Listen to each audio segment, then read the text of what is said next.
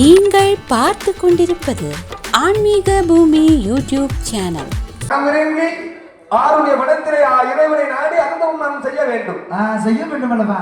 ஆதலாலே இன்றைய நாளிலிருந்து இந்த நாகலோகம் அரண்மனை உன்னுடைய பாதுகாப்பாக இருக்க வேண்டும். இருக்கட்டும் ஐயா என்று மன்னனிடத்திலே ஆலோசனை சொல்லிவிட்டு மன்னனாகிய நாகராஜனை இறைவனை நாடி ஆருடைய வனத்திலே அனுபவம் செய்கிறார்.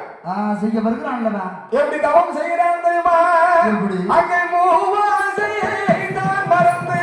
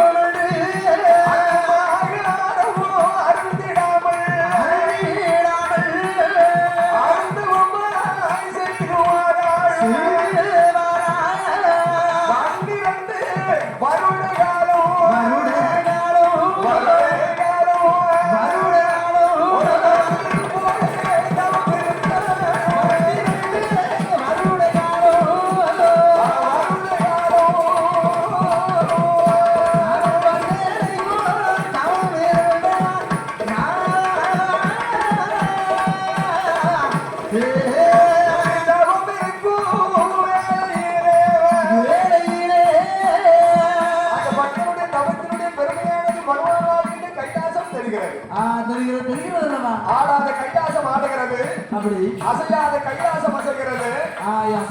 அக்கினி ஜோதியாகவே அனற்காற்றாக தாங்க வீச ஆதிபரா சக்தியானவர் அரங்கத்தில் கேட்கிறார். அண்ணா ஐயா, இதனால் இதுவரையிலும் ஆடாத கைலாசம் ஆடுகின்ற மர்மம் என்ன? அந்த ஆதிசக்தியான இடத்திலே பகவான் சொல்றான், அம்மா ஏ பார்வதி, அங்க யாருடைய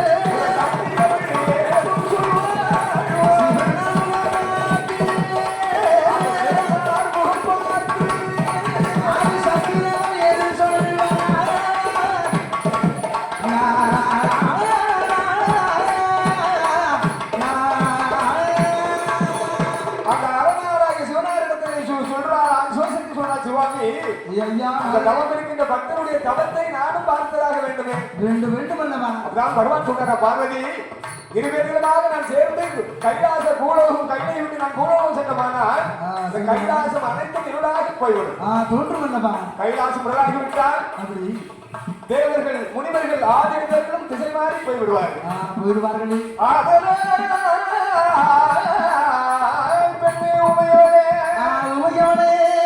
அந்த நாடனாகி சிவபெருமான் அவருடைய என்ன வீடும்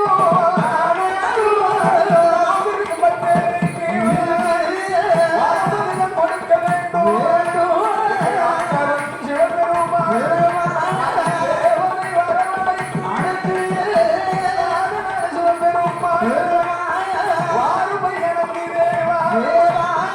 ஆருடைய வரம்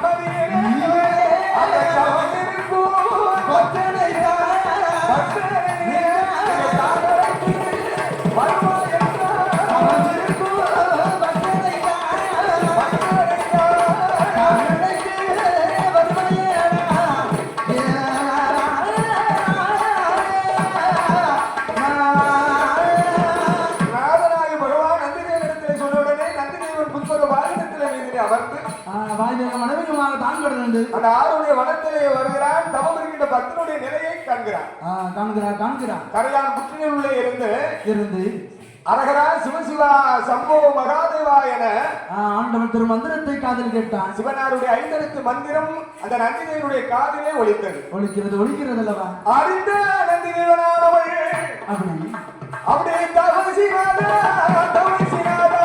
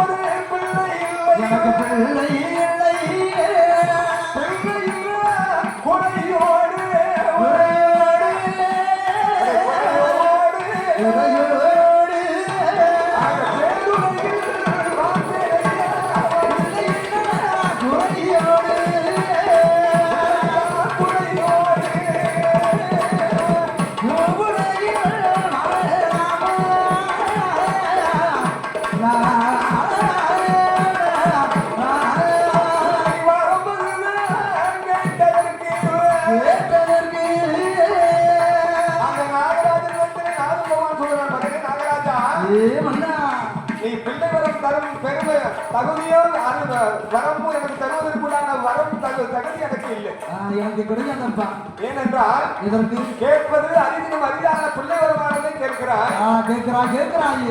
அப்புறம் நந்திதேவன் இடத்திலே நாதன் சிவபெருமான் சொல்கிறார். சித்திரபுத்தரை அழைத்து மகனே சித்திரபுத்தா, இந்த ராஜராஜனுடைய கணக்கை எடுத்து பிறவிலே உனக்கு பிள்ளை இருக்கிறதா இல்லையா என்பதை பரிசோதித்து சொல்ல வேண்டும். கணக்கெடுத்து பார்க்க வேண்டும் என்று ஒரு திருவை. அந்த சித்திரபுத்தர் 12 கோடி கீரி பஞ்சாங்கம் தான் எடுத்து அப்படி படம் பரப்பி பார்த்து பகவான் இடத்திலே சித்திரபுத்தர் சொல்கிறார், சுவாமி ஐயா, இந்த ராஜராஜனுடைய ஜாதகத்தை ஆராய்ந்து பார்க்கின்ற போது இவன் முற்பிறவிலே பாவியாக பிறந்திருக்கிறான். இருந்திருக்கிறான் ஐயா. ஆதலால் சுவாமி இவன்